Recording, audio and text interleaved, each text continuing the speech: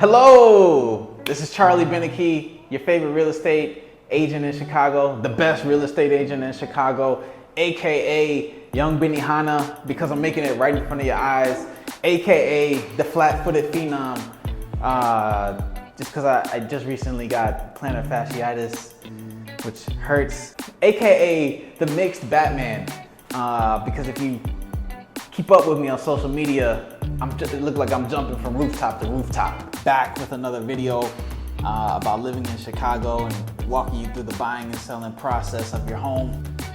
And today we're going to discuss everyone who is involved in the buying and selling process and how everybody gets paid. Sometimes it seems kind of murky how everybody is getting paid. We'll break that down here in this next video. Stay tuned. First group that we are going to highlight are the inspectors. The inspectors come into play pretty early in the process. Once the buy side goes under contract, you have a couple of days for an inspection to take place. During the inspection, the inspector goes to the property and inspects the property, looking for any and all issues that they can find. What they will focus on the most are any safety issues that unveil themselves during the inspection of the property. Inspectors they get paid pretty quickly. They're the only ones that get paid immediately for their services. So once they inspect the property, it's their job to go back and hand out the inspection report. Normally, they won't give out an inspection report until they're paid. Now, the rates differ for an inspection depending on how big the property is and what the property itself is. A condo is going to be less than a single family home. A single family home is going to be less than a multi-family. It all just depends. But as soon as that inspection is complete and as soon as that report is sent out, the inspector expects to get paid. You will find that's not a common theme throughout, which leads us to our next group, the attorneys. So if you're on the buy side, the attorneys come into play once again once you are under contract. When you enter the inspection period, you will also enter what we call attorney review period. And during the attorney review period, the attorney is busy investigating the property, going through the history of the property to make sure that the seller are who they say they are.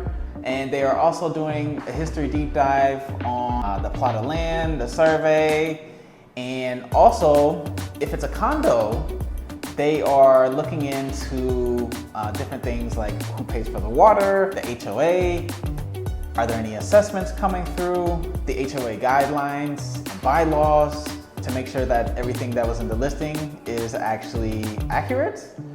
And then also, if there's any amendments to the contract, the attorneys are the ones that are going to write that out. So for example, during the inspection process, if there's anything wrong during the inspection process and we ask for seller credits, the attorneys would be the one that would write an addendum to make sure that that is in the contract moving forward. The attorney on the sell side is just going back and forth with the attorney on the buy side, making sure that everything in the transaction is legal. The attorney only gets paid when the property is closed on. So once everything is signed over and all the cash has been exchanged, that's when the attorneys get paid.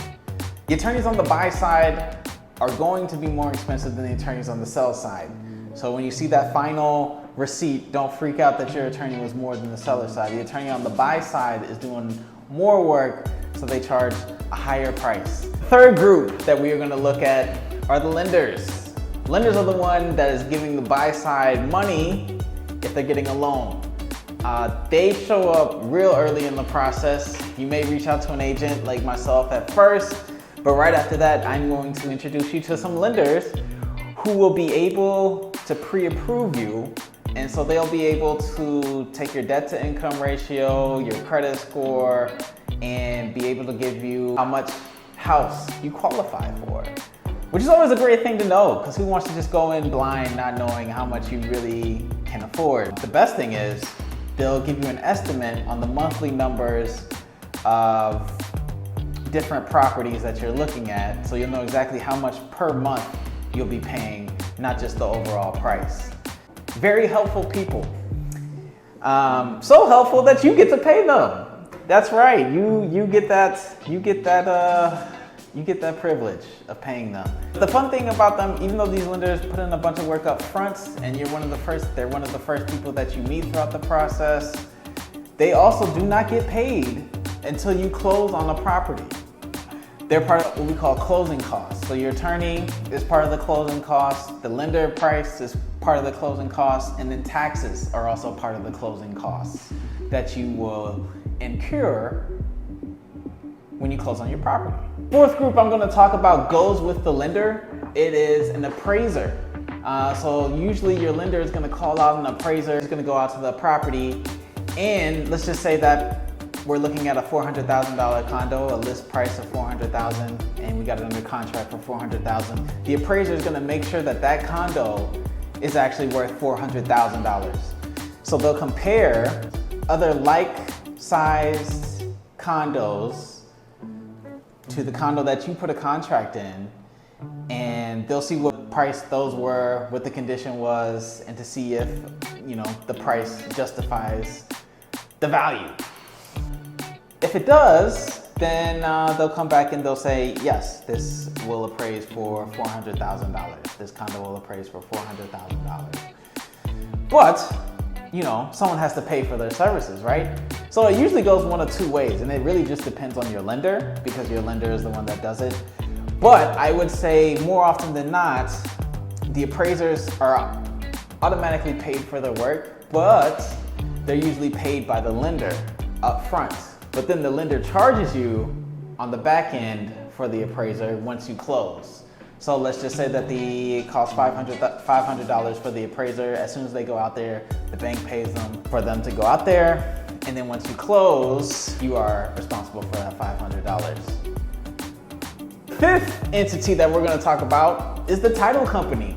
Yes, a lot of people don't even know about the title company, but when you're on the buy side, it is hugely important, because the title company is responsible for making sure the property that you're purchasing, that the seller is actually the 100% rightful owner that is selling 100% of the property to you. And then not only do they make sure of that, but they provide you title insurance.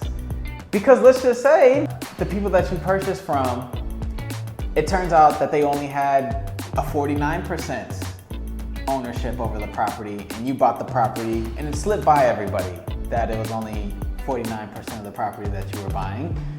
Someone out of the woodworks will come and say, hey, I have rightful ownership over this property. That's where your title insurance will come in handy, and your title insurance will pay for the debt that you incur from all that. So that's why people love insurance. Like most of the other people in this video, the title insurance company only gets paid once everything is closed. They also are part of the aforementioned closing costs. The last group I want to talk about is my favorite group. It's the agents. How do agents get paid? It starts with the seller agent negotiating with the seller. The seller agent negotiates with the seller a percentage of the purchase price that it costs in order to market the property and get the property sold. So let's just say for this example, it's 6% of the purchase price. Now that 6% is supposed to be split between the seller agent and the buyer agent. Let's just say it's a $400,000 condo. It goes under contract for $400,000. In the ideal world, it would be split 3% to the seller agent, 3% to the buyer agent. Now the agents do not get 3% of $400,000. The company, so my company I work with is Fulton Grace. Fulton Grace gets 3% of $400,000. I get a percentage of that 3% of the $400,000. So 3% of $400,000 is like $12,000. So if I was a new agent, because brand new agents come in and they usually get 50% splits of $6,000. So you see these big numbers coming at you, but that's not the agent's complete take-home number. Remember, agents, even though they're one of the first people that you meet, they are one of the last to get paid. They are highly motivated to get the deal to completion, which is why you need an agent that you trust to make sure that they have your thoughts, ideas, concerns, and trust to make the best decision. And not just an agent that is looking to close the deal so they can run off with the check. I hate to say it, but there's agents out here, dealt with plenty of them. So if you're the buyer, you get in contact with the agent once you're ready to start looking at properties.